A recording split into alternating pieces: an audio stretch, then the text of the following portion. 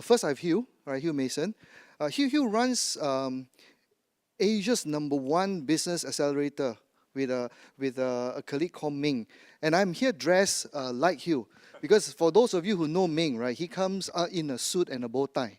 So if he's here, we will all have to come dress in a bow tie.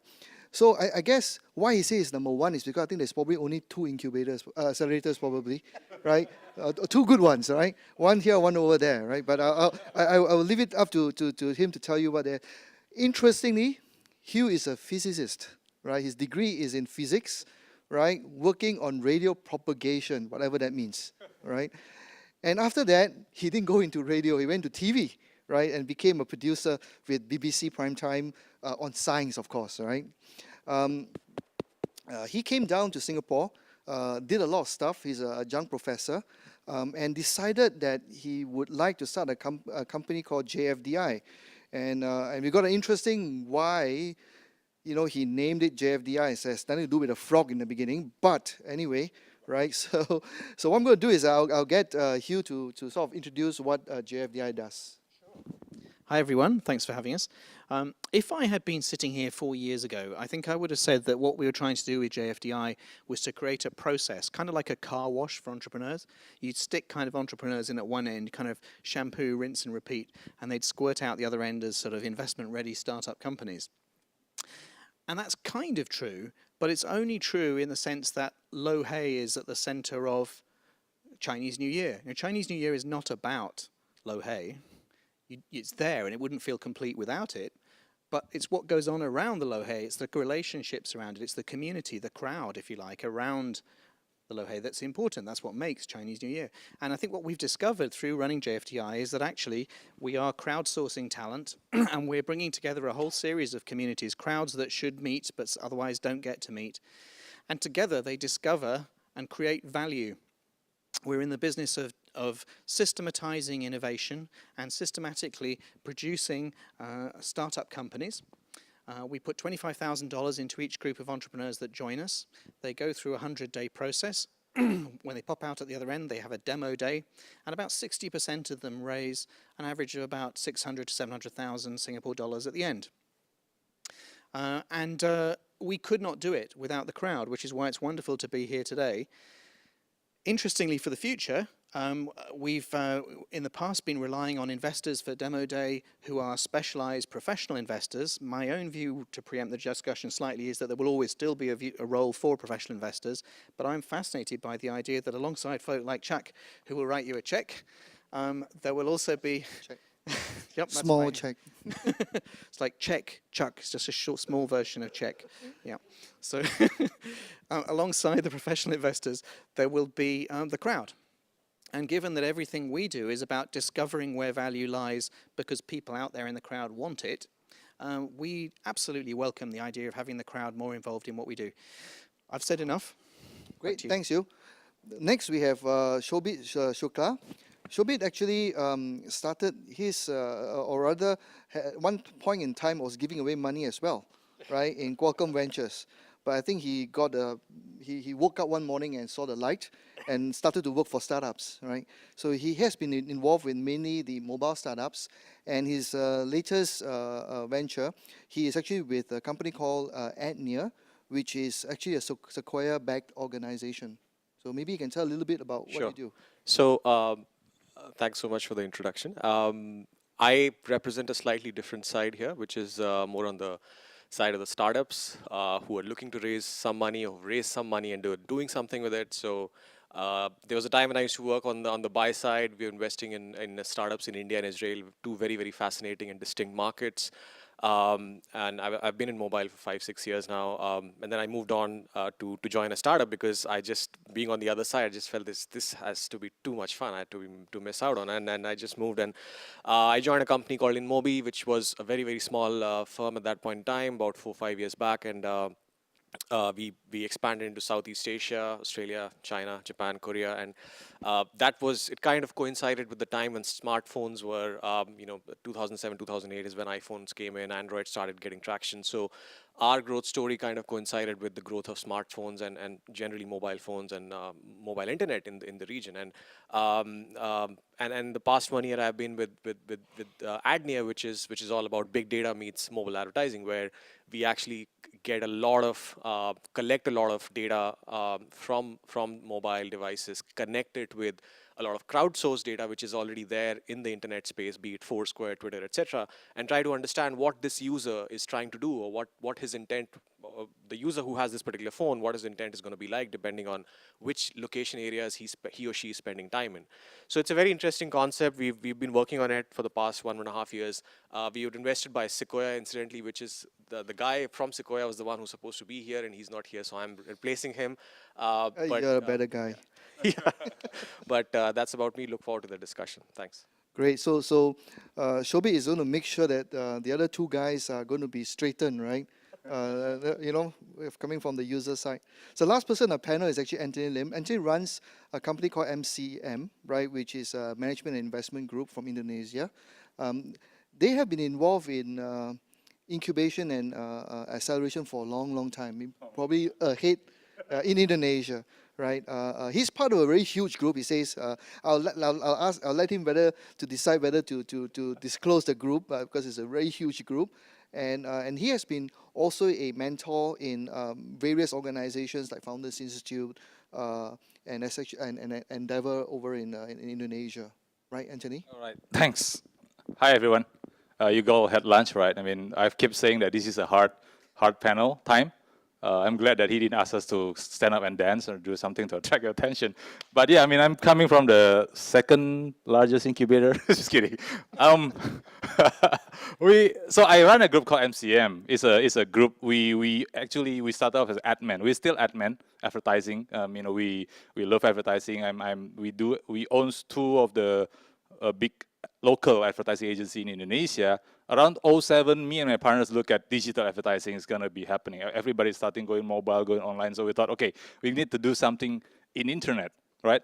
Around that time, we started looking for investment, because if any of you are advertising agency, we will know that service doesn't really make money for you to actually invest in anything, right? So we were looking for investor, and hence we finally got invested by the large group, which is a group of tobacco, bank, electronics, etc. in Indonesia. So cut the story short, right? I can leave the name, it's okay. Jarum. Yeah. So cut the story short, we don't really call ourselves incubator. Under MCM there's a incubator arm which is called Merah Putih, which is the flag of Indonesia, red and white.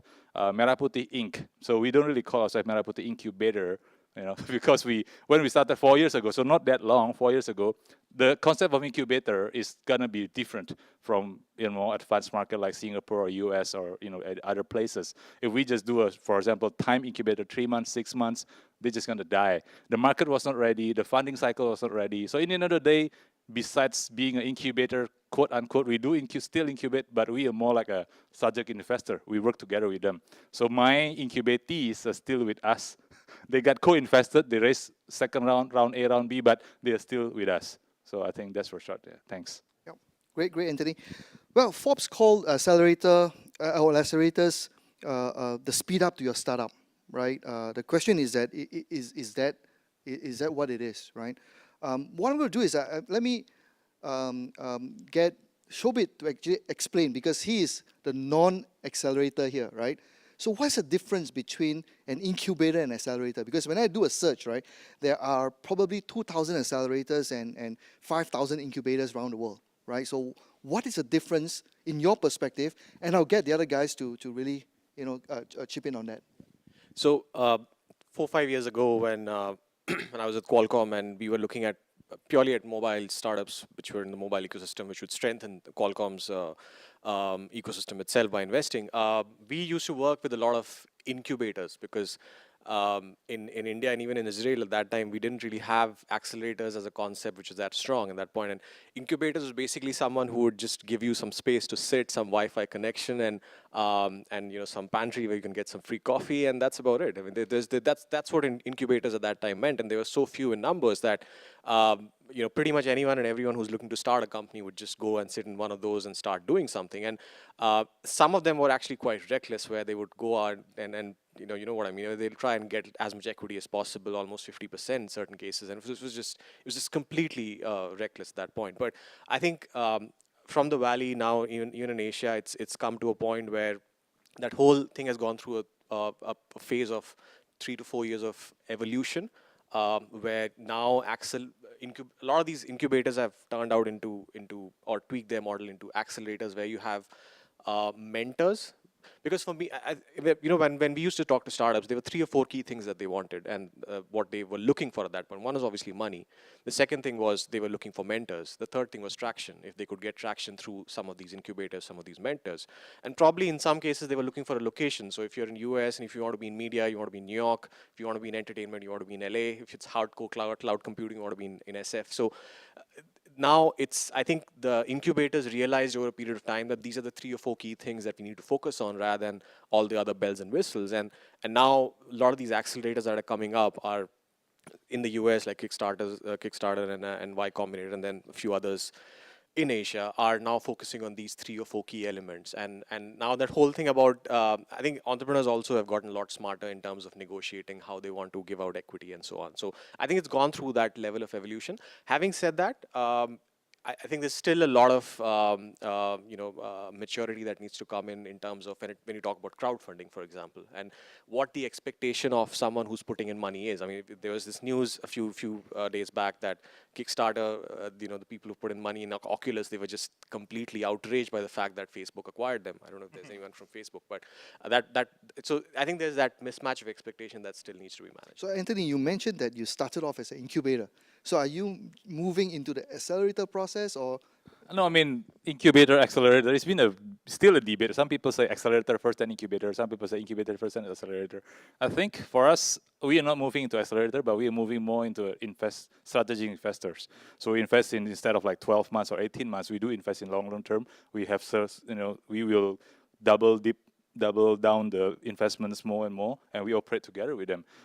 My personal take between accelerator and incubator is perhaps it's more on the, well, it could be wrong, but I will see it more on the physical space where, as an incubator, I think first and foremost, you do need to have a free coffee, and we do provide free lunch, for example, in our case. You do have to have that in that sense, because, that first, and then the mentorship network, the nowadays is equity, and then a lot of networks to go to market, where accelerator usually is a program where you work together with a bunch of classes and 3 months, 6 months kind of thing, really fast, no physical space, you don't need to set up a company beforehand. Where incubator, you're actually going through the process of making the product marketable. So probably that's the difference. So I think looking at that, right, definitely, Hugh, your space is really the accelerator space, right? Taking an organization, pushing them through the car wash, and then pushing them out the other side. The question I have for you, right, is that how do you choose your organizations, from the whole entire range of organizations that come to you guys to go through the program? Sure. Yeah. Can I just challenge that notion that it's about our space? We thought that it was, and often people come to JFDI, they look at accelerators and they think it's about the physical space. We could be working, as Anthony said, we could be working in Starbucks, we could be working anywhere. At the risk of sounding pretentious, I think entrepreneurship is a bit like a faith. You've got to believe that tomorrow can be better than today. You've got to believe that it's worth taking the risks to start up a business. And if you look at every faith around the world, they've all got a gurdwara, a mosque, a temple, a church, something like that. There is a place where people come together. It's about the crowd again. It's about a community coming together. And what I've come to understand that an accelerator is it's a group of people, different stakeholders, who've all decided that by coming together in a different social structure, it's possible to discover and foster growth in businesses very quickly. The actual physical space is unimportant. As Andy said, Y Combinator doesn't have a physical space. I mean, they come together for dinner once a week, but that's all. We do have a physical space, mainly because we've got people coming in from around the world, Singapore being a small island. We'd like to have more Singaporeans. But so space is more a hygiene factor than anything else. It's an important, but when you have people from different cultures coming together, it's important to create a sense of collegiality. And we've devoted 1/3 of our floor space to a kind of coffee shop. We can't call it a coffee shop because we're not zoned for it. So it's a club that you join, then you get free coffee. But to answer your question, how do we select people? We look for teams of people who have the right balance of skills and attitude. We look for people who've got domain expertise, so they're experts in whatever business they're trying to do. We had a couple of guys from Wharton come to see us the other day, for example, very, very smart MBAs, and they sat there talking to Meng about how they were going to do a great retail business in women's shoes. And Meng listened to them for about 10 minutes, then he said to them, so when was the last time you guys actually bought women's shoes then? And there was this kind of silence. So that's a lack of domain. And we think that's important because if, every business has ups and downs, and unless you're passionate about the subject, what you're dealing with, then you're going to lose interest. So we look for balance of skills, domain expertise, and we look for coachability. There are some entrepreneurs out there who are so incredibly confident and so strong-willed that they're going to do whatever they're going to do anyway, and good luck to them. That's absolutely fine. I mean, I don't think we could have accelerated Steve Jobs, for example, and that's okay. But there are a lot of people out there who actually feel the same way as I do, and we have investors who physically moved in with us now in the space because they, like us, see that the way Web 2.0 in particular has changed the balance of power between investors and entrepreneurs. It makes it much more equal. 10 years ago, you'd have to raise $1 million just to begin exploring a business idea.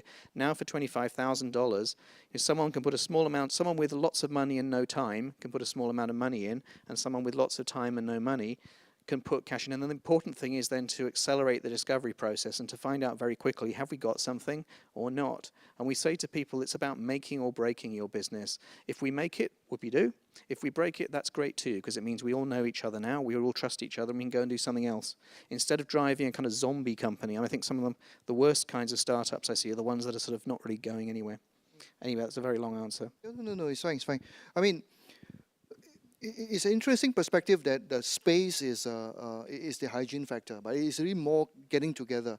I mean, the whole idea, I'm not sure if you guys are familiar with Block 71, which is just across the street, right, where we have a block of an old factory-flatted block where we have anywhere 60, 70 startups at one time in the organization, thanks to the accelerators and incubators in there, right? It is actually a congregation of people coming together, both money, mentors, and the startup. Now, I've got a question for Anthony. Now, if you look at what Hugh is saying in terms of all the types of people that looking at, would that be equivalent to the type of people you guys are looking at in terms of investing? Oh yes, I mean, obviously as an investor, I mean, you forget the names, right? Incubator, accelerator, you do need to work with somebody, right? And especially you put your time and money into them, then you need to look at the person, not so much at the product, because a lot of times we do find that sometimes after their first pitches, when we actually get them in, then we do a lot of iterations anyhow. So the product itself is really second, but so what Hugh just said is spot on. I mean, the people have to be coachable, they have to be humble enough, they have to be hungry enough. We found people that, again, almost the same experience without naming the names, but smart people who knows what they do. I mean, as an entrepreneur, obviously you need to know what you're gonna do, but you need to know whether it's a delusion or it's a reality, right? We don't do the judge like black and white as well. I mean, sometimes, like you said, you might not find them suitable for us, but somebody else might have find them suitable, so they put money, and they could still be successful. But most of the time, that's not the case. A lot of times, an entrepreneur who look at things and thinks that, thanks to Apple and the whole wrong notion of like Steve doing everything. Steve himself says it's not about him, but a lot of times because of the media portray him as a guy who runs everything. A lot of the younger entrepreneurs who look at Steve Jobs things and think that, but I am Steve. I want to be Steve Jobs. So those unfortunately is not having a good. So we look at a person, we look at those people as the product. So yeah, spot on. Chuck, just to add to one point that Hugh mentioned, if you look at the way the balance in power has shifted in the past 5 to 10 years between investors and entrepreneurs, I don't think 5 years, 7 years ago, if we would have said that there'll be companies purely focused on mobile, that will be $2 billion annual revenue in less than 24 months, anyone would have believed it. There are companies like Candy Crush, etc., that have actually reached that level with, with obviously they've raised some amount of funding, but the point is that, the server cost, the cost of running a startup, at least taking it to a certain level, has reduced significantly. And then probably the value or the weightage of money itself from an investor probably has reduced as compared to some other factors like mentorship, how much traction they can get us in the space or in the business that we are in, and so on and so forth. Yeah, just stay with that. I mean, we have spoke about a bit about the process and the type of organization from the accelerator and the investor standpoint. Shobhit, how important are mentors, right, within the space, you know, of let's say the incubators or accelerators, right, as a consumer, right, or the user side, right? What is your views, you know, on that? Absolutely, I would just, as I was saying, the role of mentors, especially in some of the cutting edge technologies, whether it's cloud, whether it's mobile, it's becoming extremely important, because there is very little. If someone, in fact, when we are hiring for our companies in mobile, if someone says that you need someone with 10 years, 15 years experience in mobile, that person doesn't exist, because the industry itself is just 5 years old. So, this whole thing about having mentors who can guide you, and especially if you're working in markets like Southeast Asia, where there are almost a dozen markets. Every market has a cultural nuance which you need to be aware of, and if you're doing it on your own, it's going to take you forever to get there. And that's where Block 71, the at High Street, where Sequoia and some of the companies sit, the hub, I think, at Somerset, some of these co-working space have gotten so much of attention and traction in the past few months, because now you see a lot of startups, a lot of entrepreneurs spending a lot of time getting together, and a lot of times it's very interesting, because I've realized Airbnb, which is one of our Sequoia's portfolio companies, when we sit together, we realize there's so many opportunities for portfolio companies to work together, which you would otherwise not even realize if you're not sitting together. So that space angle comes in, becomes very interesting. But long story short, the mentorship probably, I would say, is the most important thing that we're looking for or startups will be looking for when they're looking to raise money or getting into an accelerator. I mean, Hugh, you mentioned about investors, but I know you guys also have quite interesting and a great panel of mentors, right? I mean, they don't only look at from the investment point of view. Is there any stories you can share, from the mentorship in JFDI? Yeah, absolutely. I mean, they really are the core of what we do. I'm doing a study at the moment to try and understand their motivation and how we can make sure we give back to them. I mean, as I've come to realize that JFDI is a series of communities. There's a community of wannabes, there's a community of folk going through our program, there's a community of alumni, there's a community of mentors, community of investors. And we have to make sure that every one of those communities gets more out than they put in. Together, it's not a zero-sum game. And as I've come to understand the mentor's motivation, I mean, to give you one example of how much difference they can make, there's a wonderful entrepreneur here in Singapore called Roshni Matani. She's the kind of very strong-willed entrepreneur who'd never have gone through an accelerator, actually. And she's built a very successful online media empire very quickly. Roshni came in, talked to one of our businesses called Vault Dragon, gave them some advice on the imagery they were using to promote themselves on Facebook, and that afternoon they got a 7 times uptick in the number of click-throughs on their promotion. And that's the kind of difference that a mentor can make in just one conversation like that.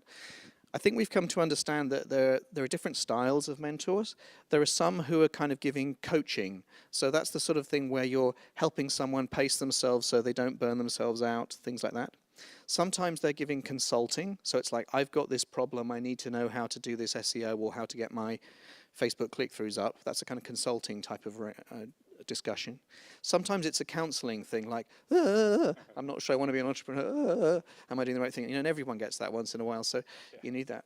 And then I think the last thing is a sort of character role play thing. It's very helpful sometimes when mentors play the role of an investor, or sometimes we get actually investors in who we know will never invest in a business, but they're prepared to sit across the other side of the table and be completely mean to our teams, so that they've experienced the worst of a one-to-one bastard VC interview. The like of which you'd never get, for example, from Stream. Anyway, so those kinds of things. And I think in terms of their motivation, we've come to realize that about 1/3 of our mentors are what we call heroes. So they're people who've been all the way through the journey from founding through to exit.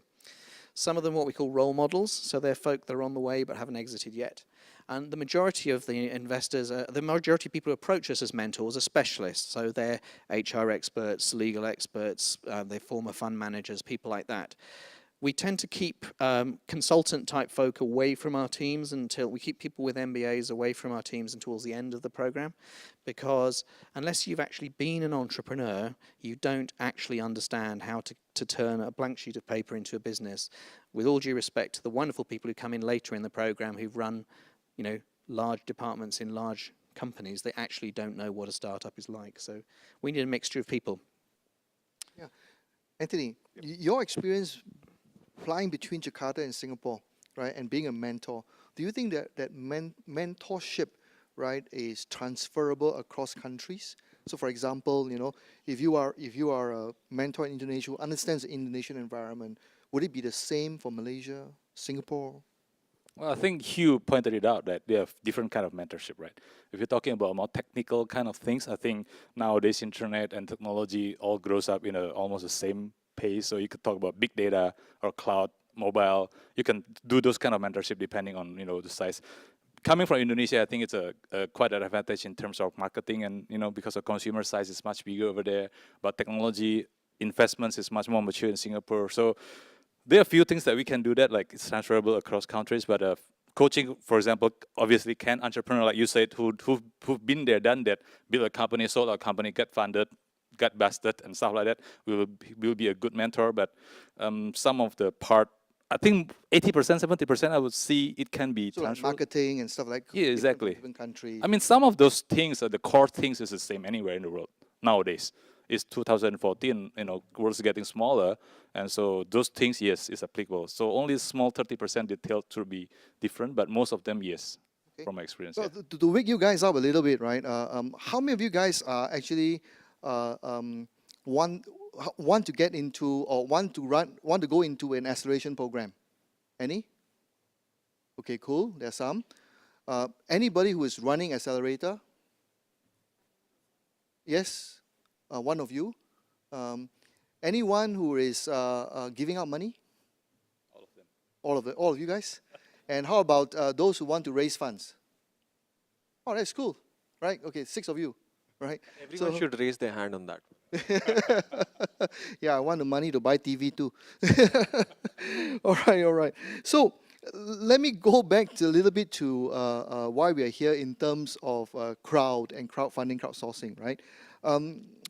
Hugh, have you seen in the last several programs more startups going into the crowd space, meaning that using crowd, as one of the key means of business? I guess there are several ways you could use the crowd. The thing that people think of is raising money from the crowd, but of course you could source ideas from the crowd and all these things that have been discussed over the last few days here at the conference. In a sense, we're part of a movement that uses lean innovation, which is all about sourcing problems from the crowd. We're much more interested in problems that need fixing in the world than we are in people's ideas. Ideas are 10 a penny. We can all have loads of ideas. The question is, can you understand someone's problem? Can you create a solution to that problem? And can you prove that the market wants a solution? Those are the 3 things we do on an accelerator. And we involve the crowd in every stage of that. When it comes to actually crowdfunding, and I'm very interested in this idea that in the future we could bring in, we do get people sort of contacting our startups who read about them online and just get madly, passionately enthusiastic about them. It's curious which ideas hit that button. I mean, we had a team in our last batch called Vault Dragon, for example, which does for physical objects what Dropbox does for computer files. So you on your phone, you order up a box, the box gets delivered to your house, you stick stuff in it that you want stored, and they get rid of it and store it for you, and then they'll deliver it wherever you want. And that seemed to capture people's imagination, and it was massively oversubscribed, and lots and lots of interest. And we got people from around the world writing in. So I think that the idea of the crowd sort of getting involved as champions for young startup companies is really exciting. I'm a little bit concerned about expectations. That came up earlier, I think, because most people have no idea how risky early stage investment is.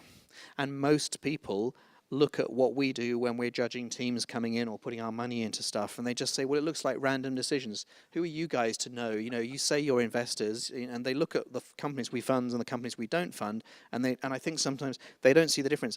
And I think we actually ought to put more energy into explaining why we turn companies down sometimes. I mean, sometimes that's hard to say for human reasons, I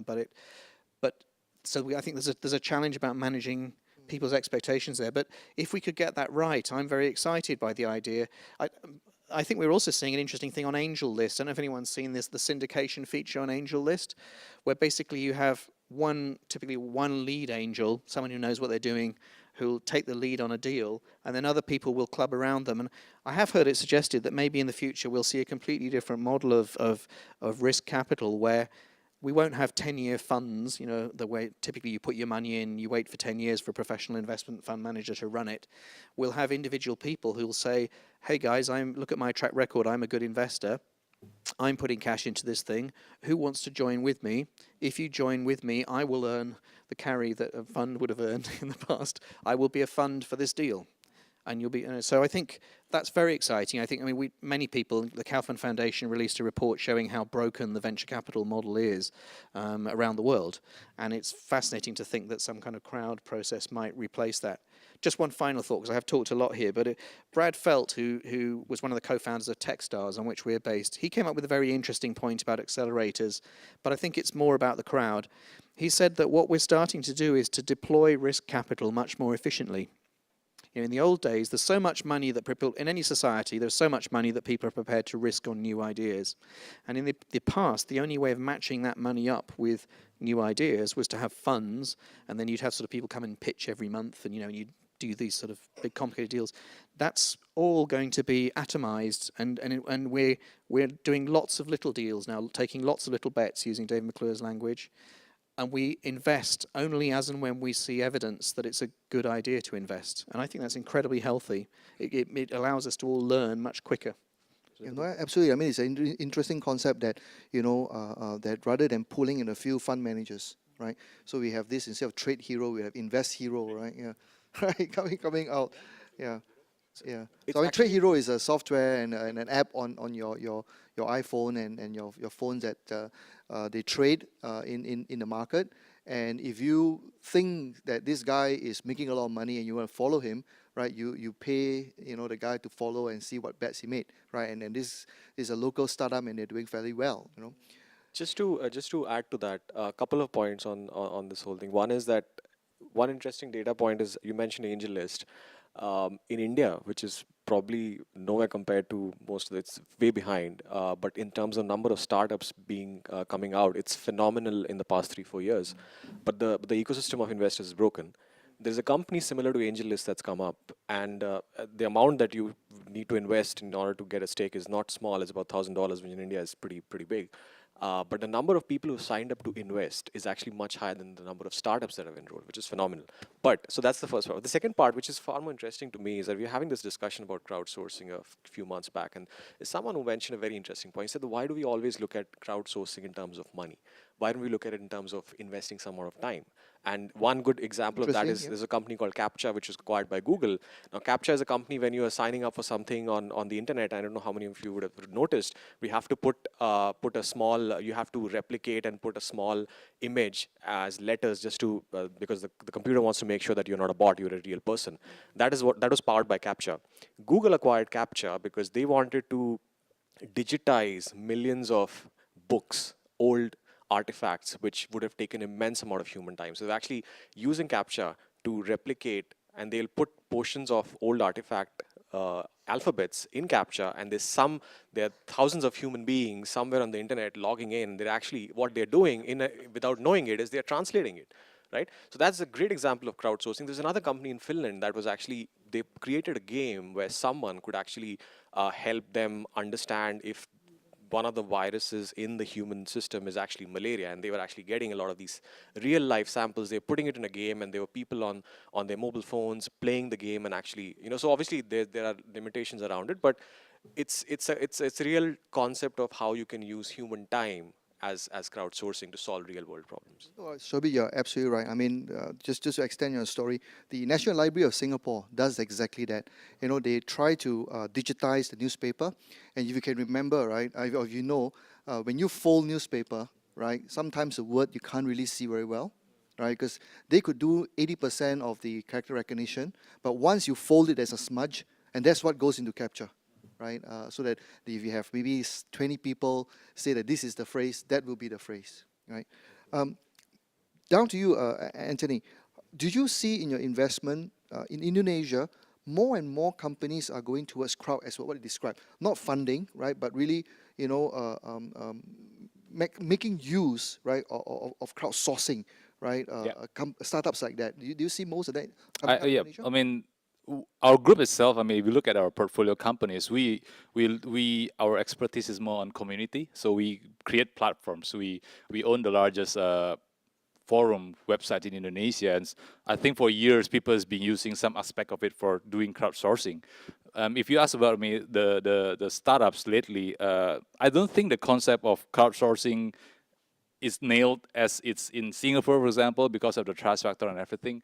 But things like freelancer.com, I mean, we are 270 million people, and a huge chunk of that 270 million is actually younger generations who wanted to do better, who have time but not enough money. So, and crowdfunding is obviously with regulations and everything is hard. So more and more I will see that people will start create some kind of platform to actually execute it. One of the reasons why I'm here as well is actually because, again, our group portfolios, a lot of them is in community platforms. So I wanted to learn as well, like, what are the possibilities, options that we could actually utilize as those millions and millions of people who come to our sites every month and start to, create some goods out of it, not just to entertain. Yeah, but not many startups that I know that it's actually looking at it as a crowdsourcing model. Okay. Not yet. Okay, cool. The Cadet Fair here has been talking a lot, so I'm asking whether, do you guys have any questions that you want to ask the panel? Anyone?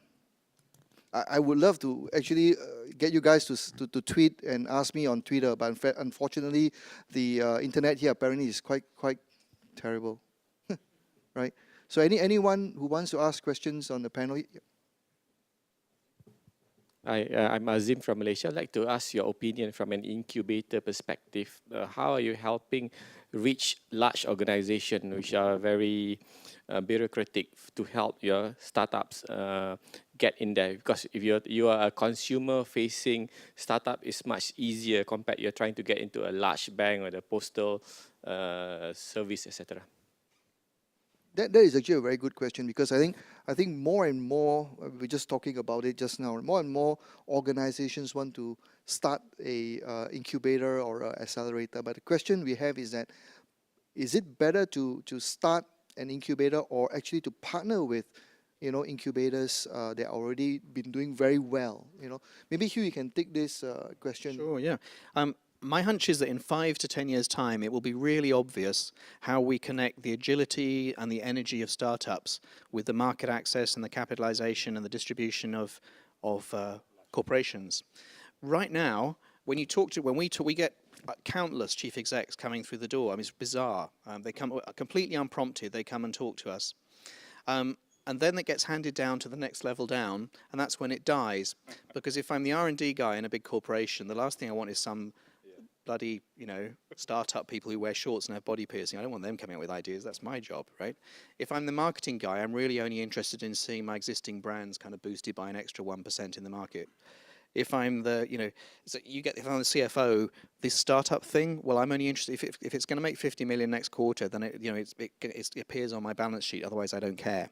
So culturally, there is a real challenge. So I think, partnership is probably the only way. We've had sponsorship from Singtel Innovate, which was a very good relationship in our first year. We have other relationships with corporations developing now. Someone in the corporate world said to me, and I won't say who, said, Hugh, there are only 3 reasons why a corporation will get involved with an accelerator. Number 1, you actually want disruptive innovation. Not really sure about that. Most corporations don't really deep down actually want that. Not really. They talk about it at conferences, but they don't really. Number 2 is what we call here in Singapore wayang. We want wayang. We just want smoke and mirrors. You just want, if you're the chief exec of a large corporation, every week you get 28-year-old MBA analysts telling you you're a boring old media company or telco. You bury wires in the ground and you bill people. You're boring. I'm going to derate your stock. And if you can say, well, look at this startup, look at this one, shiny thing over here, look at it, then basically it distracts them for a while. So that's reason number 2. Reason number 3 is that if you run a sort of a co-working space, and you call this an accelerator, and you give startups free space, if they're really successful, you can kind of claim that you accelerated them, and if they fail, you just hire the really good engineers, and it's much cheaper than paying a recruitment agency. So this came. So this came from Honesty is out. yeah, this didn't come from me. This came from, I won't name who, but it was a large government-linked corporation. Yeah, Anthony, you're interesting because the large corporation actually invested in you guys. Yeah, yeah. I mean, being part of a large group who owns banks and strategic investments here and there obviously help. But then again, it's the same. I mean, my partners is the owner, and so we could connect to the chiefs. Obviously, the chiefs are always very happy to meet us. But then when it gets to the operational level, it's really, really hard, right? We also see the same trend where large corporations in Indonesia are starting to have their incubator sites. The problem is that usually it's really the objective of those incubation space is really wrong. They don't have enough fund. They don't have enough people, and whenever people apply for it, usually they only chose the ones that actually will be strategic to their whole corporate strategy. So it won't help the entrepreneur that much. So usually it's yet to be proven, but I look at it as a first step. At least now the corporation do look at this early stage as important, and they want to have incubation space. There are people like us who actually does that, and they're starting. So probably towards 5-10 years later, we could combine and just say, okay, let's just partner. Yeah. Okay, before I finish, any other last question? Okay, if not, I would like to you guys to put your hands We don't together have and bitcoins to give up, that's why. Yeah, that's right. I'm so sorry. Right, yeah. But you got money to give out, right? Can I just Yeah. can I do a quick plug, which is to say that there's an after party for Crowdsourcing Week at JFDI tomorrow night, 6 o'clock, I think. Epi's bought a load of wine. Is it 7 o'clock? Is it 5 to 7? Is it okay? Epi and friends have bought a load of wine, so come and drink it, because otherwise we're going to get very, very. Oh, Block 71, Unit 516. Please bring your friends along. You're very, very, very welcome. Just go up to the 5th floor and follow the cloud. Look for the frog. Yeah. All right. Thank you very much.